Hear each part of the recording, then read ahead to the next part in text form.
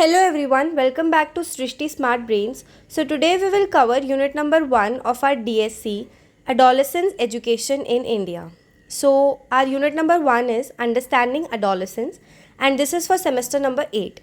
So first let's have a look at the syllabus displayed on the screen. Okay, so basically there are total 4 units in this subject, but in this particular video we are going to cover unit number 1 particularly, and then other units will cover in upcoming videos. Okay, so our unit number 1 is understanding adolescence. सबसे पहले एक brief introduction से start करते हैं इस unit को. Understanding adolescence आसान भाषा में कहें तो किशोरवस्था या फिर हमारी फैमिली का टीन एज फेस, एक ऐसी एज जहाँ हर चीज़ बदल रही होती है, हमारी बॉडी, हमारी सोच और दुनिया का हमारे तरफ देखने का नज़रिया. इस टॉपिक को समझने के लिए आपको कोई बहुत बड़ी और मुश्किल किताबें पढ़ने की ज़रूरत नहीं है. बस अपनी पुरानी यादें ताज़ा कीजिए या अपने छोटे भाई बहन को देखिए. तो चलिए सबसे पहले समझते हैं कि आखिर ये एडोलेसेंस क्या है और फिर इसके बाकी हिस्सों को डिटेल में डिस्कस करेंगे. Okay, so first let's see what is adolescence. अगर हम सिंपल और लेमैन टर्म्स में डेफिनेशन की बात करें तो एडोलेसेंस लाइफ का एक ट्रांजिशनल फेज़ है, एक ऐसा ब्रिज जो चाइल्डहुड मतलब बचपन को अडल्टहुड बड़े होने से जोड़ता है. वर्ल्ड हेल्थ ऑर्गेनाइजेशन के अनुसार 10 साल से लेकर 19 साल तक की एज के बीच के टाइम को एडोलेसेंस कहा जाता है. ये एक ऐसी स्टेज है जहाँ एक इंसान फिज़िकली मैच्योर होता है, उसकी सोचने समझने की ताकत मतलब कॉग्निटिव एबिलिटीज़ बढ़ती है और वो सोसाइटी में अपने एक इंडिपेंडेंट रोल ढूंढने लगता है. आप इसको एक कैटरपिलर से बटरफ्लाई बनने के फेज़ की तरह विजुअलाइज कर सकते हैं. कुकून के अंदर का टाइम बहुत कंफ्यूजिंग और मुश्किल लगता है, पर वही टाइम उस कैटरपिलर को उड़ने के काबिल बनाता है. एडोलेसेंस बिल्कुल वैसे ही कुकून फेज़ है. Now let's C adolescence from different perspectives. Adolescence को हम 3 अलग अलग नज़रियों से देख और समझ सकते हैं. हर पर्सपेक्टिव इस फेज़ की एक नई सच्चाई हमारे सामने रखता है. First is biological perspective. Biologically ये फेज़ हमारी बॉडी का सबसे बड़ा सॉफ्टवेयर अपडेट होता है. हमारी बॉडी में हार्मोन्स का एक तूफान सा आ जाता है जिसे हम प्यूबर्टी कहते हैं. अचानक से फिज़िकल ग्रोथ बहुत फास्ट हो जाती है. आपने नोटिस किया होगा क्लास 8th या 9th में अचानक से दोस्तों की हाइट लंबी हो जाती है, लड़कों की आवाज़ भारी लगने लगती है, चेहरे पर दाढ़ी मूंछ आने लगती है, लड़कियों की बॉडी में नई डेवलपमेंट्स होती हैं. एक टीनेजर सुबह उठता है तो आईने में देखता है और सोचता है, ये कल मेरे चेहरे पर पिंपल नहीं था, आज कहाँ से आ गया. ये फ़िज़िकल चेंजेस बिल्कुल नेचुरल है, पर उस टाइम पर एक बच्चे के लिए इन सब को हैंडल करना, अपनी बदलती बॉडी को एक्सेप्ट करना थोड़ा अजीब और अनकम्फर्टेबल हो सकता है. अब दूसरा पर्सपेक्टिव देखते हैं जो कि है साइकोलॉजिकल पर्सपेक्टिव. माइंड के लेवल पर एडोलेसेंस एक आइडेंटिटी क्राइसिस का टाइम होता है. बच्चे के दिमाग में दिन भर एक ही सवाल घूमता रहता है, मैं आखिर हूँ कौन, हु एम आई. उन्हें अपनी खुद की एक पहचान बनानी होती है. बचपन में जो बच्चा अपने मम्मी पापा को दिन भर की हर छोटी बात बताता था, वो अचानक से अपने रूम का दरवाज़ा बंद करने लगता है. प्राइवेसी उनके लिए सबसे इम्पॉर्टेंट हो जाती है. मूड स्विंग्स तो जैसे उनका डेली रूटीन बन जाता है. एक पल में बहुत खुश और अगले ही पल में बिना किसी सॉलिड रीज़न के गुस्सा या उदास हो जाना. ये इसलिए नहीं होता है क्योंकि वो ज़िद्दी या बुरे बच्चे हैं, बल्कि इसीलिए क्योंकि उनका दिमाग और इमोशंस अभी मैच्योर हो रहे हैं और उन्हें खुद नहीं पता कि उन्हें कैसे फील करना चाहिए. अब नेक्स्ट पर्सपेक्टिव है सोशियो कल्चरल पर्सपेक्टिव. अब आते हैं सबसे रिलेटेबल पार्ट पर, हमारा अपना इंडियन कॉन्टेक्स्ट. इंडिया में एडोलेसेंस का एक्सपीरियंस काफ़ी अनोखा होता है क्योंकि यहाँ फैमिली, रिश्तेदार और सोसाइटी का इन्वॉल्वमेंट बहुत ज़्यादा होता है. इंडिया में एक टीनेजर के लिए सबसे बड़ी कन्फ्यूजन ये होती है कि घर वाले उसे किस कैटेगरी में रखते हैं. जब एक टीनेजर फैमिली की किसी सीरियस बात में अपना ओपिनियन देना चाहता है तो मम्मी पापा कहते हैं, अभी तुम बच्चे हो, बड़ों के बीच में मत बोलो. और वहीं टीनेजर जब सोफ़े पर आराम से बैठकर अपना फेवरेट कार्टून या मूवी देख रहा होता है तो तुरंत ताना मिलता है, सारा दिन टीवी देखते हो, घर का कुछ काम कर लिया करो, अब तुम बड़े हो गए हो। ये जो ना तुम बच्चे हो ना तुम बड़े हो, ये वाला जो फेज़ होता है, यही सोशो कल्चरल एडोलसेंस है। इसके अलावा इंडियन सोसाइटी की एक्सपेक्टेशंस एक पहाड़ की तरह होती है। पड़ोस वाले शर्मा जी के बेटे के मार्क्स देखे हैं, उसका आईआईटी में सिलेक्शन हो गया। ये कंपैरिजन ऑलमोस्ट हर इंडियन टीनेजर की ज़िंदगी का हिस्सा होता है। सोसाइटी एक्सपेक्ट करती है कि आप पढ़ाई में हमेशा टॉप करें, संस्कारी रहें और बड़ों की हर बात बिना क्रॉस क्वेश्चन किए मान लें। अब हम लोग देखते हैं 5 एरियाज़ ऑफ डेवलपमेंट। एडोलेसेंस सिर्फ लंबाई बढ़ने का नाम नहीं है। इस फेज़ में एक इंसान का पूरा अस्तित्व, उसका कैरेक्टर डेवलप होता है। आप इस डेवलपमेंट को अपने दिमाग में एक माइंड मैप की तरह 5 क्लियर ब्रांचेस में डिवाइड कर सकते हैं। सो 5 ब्रांचेस कौन सी है? फिजिकल डेवलपमेंट, कॉग्निटिव डेवलपमेंट, एक इमोशनल डेवलपमेंट, सोशल डेवलपमेंट और मॉरल डेवलपमेंट। तो सबसे पहले बात करते हैं फिज़िकल डेवलपमेंट की। जैसा मैंने पहले बताया, बॉडी में अचानक से ग्रोथ स्पर्ट्स होते हैं। इस टाइम पर भूख बहुत लगती है।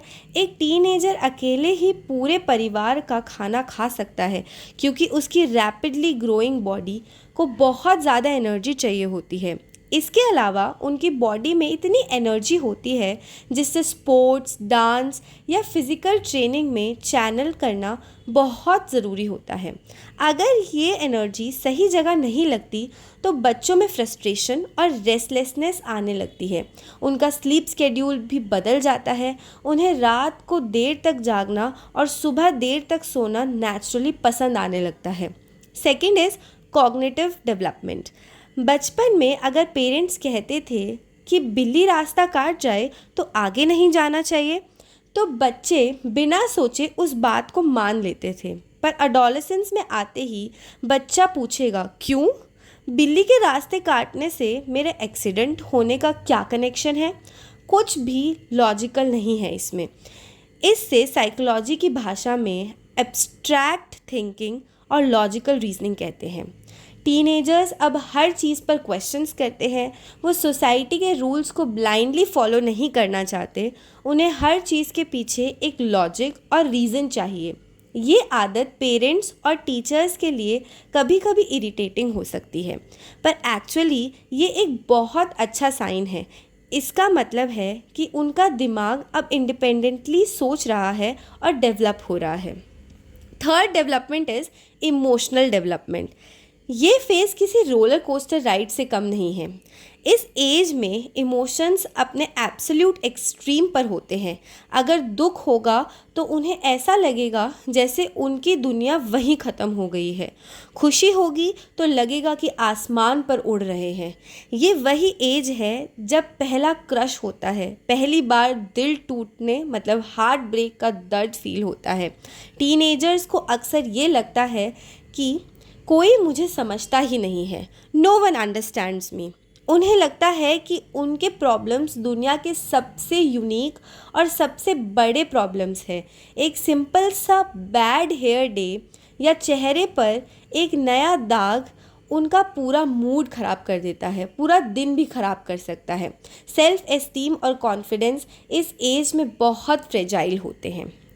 Fourth development is social development. बचपन में एक बच्चे की पूरी दुनिया उसके पेरेंट्स के आसपास घूमती थी। उसके हीरो उसके मॉम डैड होते थे। पर एडोलेसेंस में आते ही एक नया रूल बनता है, दोस्त ही ज़िंदगी है। पीयर ग्रुप, उनके दोस्तों का सर्कल उनके लिए सबसे इम्पॉर्टेंट हो जाता है। दोस्तों की हर बात सही और पेरेंट्स की हर बात उन्हें पुरानी और बोरिंग लगने लगती है। इस एज में पीयर प्रेशर, दोस्तों का दबाव बहुत ज़्यादा होता है। अगर सारे दोस्त किसी खास ट्रेंड को फॉलो कर रहे हैं, जैसे एक खास ब्रांड के कपड़े पहनना या कोई स्पेसिफिक गेम खेलना, तो उन्हें भी वही चाहिए ताकि वो अपने ग्रुप में फिट रह सकें। ये एज एक्चुअली सोशल स्किल सीखने की ट्रेनिंग ग्राउंड होती है। कैसे दोस्ती निभानी है, कॉन्फ्लिक्ट्स कैसे सॉल्व करने हैं और बाहरी दुनिया में लोगों के साथ कैसे डील करना है। Fifth is moral development. जैसे जैसे उम्र बढ़ती है टीनेजर खुद के रूल्स और मॉरल्स बनाता है। बचपन में होमवर्क कॉपी करना इसीलिए गलत था क्योंकि पकड़े जाने पर टीचर की डांट पड़ेगी। पर एडोलेसेंस के एंड तक आते आते वो समझते हैं कि चीटिंग करना इसीलिए गलत है क्योंकि ये उनकी अपनी ऑनेस्टी और इंटीग्रिटी के खिलाफ है। इस एज में बच्चे सोसाइटी के बड़े इश्यूज़ पर बात करना शुरू करते हैं। आपने देखा होगा कि कॉलेज के स्टूडेंट्स एनवायरनमेंट बचाने के लिए या किसी माइनॉरिटी के साथ इनजस्टिस कोई अन्याय होने पर सबसे पहले प्रोटेस्ट करते हैं। उनके अंदर एक बहुत स्ट्रॉन्ग सेंस ऑफ जस्टिस और आइडियलिज्म डेवलप होता है। वो दुनिया को एक बेहतर जगह बनाना चाहते हैं। Now let's C challenges and opportunities in the diverse Indian context. India एक बहुत बड़ा और डाइवर्स देश है। यहाँ गांव की शांति भी है और बड़े बड़े मेट्रो सिटीज़ की भाग दौड़ भी। यहाँ हर टीनेजर की ज़िंदगी और उसके एक्सपीरियंसेस एक जैसे नहीं होते। इस डाइवर्सिटी के चलते कुछ खास चैलेंजेस और अपॉर्चुनिटीज़ दोनों हमारे सामने आते हैं। तो सबसे पहले चैलेंजेस देखते हैं। फर्स्ट, एकेडमिक और करियर प्रेशर। इंडिया में शायद ही इससे बड़ा कोई चैलेंज हो। 10th और 12th के बोर्ड एग्ज़ाम्स का डर बच्चों के दिमाग में बचपन से ही डाल दिया जाता है। साइंस ले लो, आगे बहुत स्कोप है जैसे स्टेटमेंट्स उन्हें अपना असल पैशन भुला देने पर मजबूर कर देता है। उसके बाद यूपीएससी, नीट, जेई या बाकी टॉप गवर्नमेंट और प्राइवेट कॉलेजेस में एडमिशन निकालने की रेस। ये एंडलेस रेस टीनेजर्स को मेंटल स्ट्रेस, डिप्रेशन और एंजाइटी देती है। कई बार तो उन्हें खुद नहीं पता होता कि उन्हें लाइफ में असल में क्या करना है। बस पेरेंट्स के एक्सपेक्टेशंस और सोसाइटी के प्रेशर में वो दबते चले जाते हैं। Second challenge is gender roles और बायस। हमारे इंडियन कॉन्टेक्स्ट में लड़के और लड़कियों की अपब्रिंगिंग मतलब कि परवरिश में बहुत फ़र्क होता है। रूरल एरियाज़, गांव में आज भी कई जगह लड़कियों पर हायर एजुकेशन छोड़कर घर का काम सीखने या जल्दी शादी करने का दबाव होता है। वहीं दूसरी तरफ लड़कों पर ये एक्सट्रीम प्रेशर होता है कि उन्हें फैमिली को फिनेंशियली सपोर्ट करना ही है, चाहे उनकी अपनी कोई और चाहत क्यों ना हो। लड़के रोते नहीं हैं या तू लड़कियों की तरह रो क्यों रहा है, ये बोलकर उनके इमोशंस को बचपन से ही दबा दिया जाता है, जो आगे चलकर उन्हें इमोशनली अवेलेबल नहीं होने देता। थर्ड इज़ डिजिटल वर्ल्ड और सोशल मीडिया का जाल।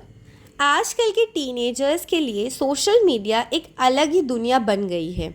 इंस्टाग्राम, स्नैपचैट पर अपनी एक परफेक्ट लाइफ दिखाने का प्रेशर बहुत ज़्यादा है।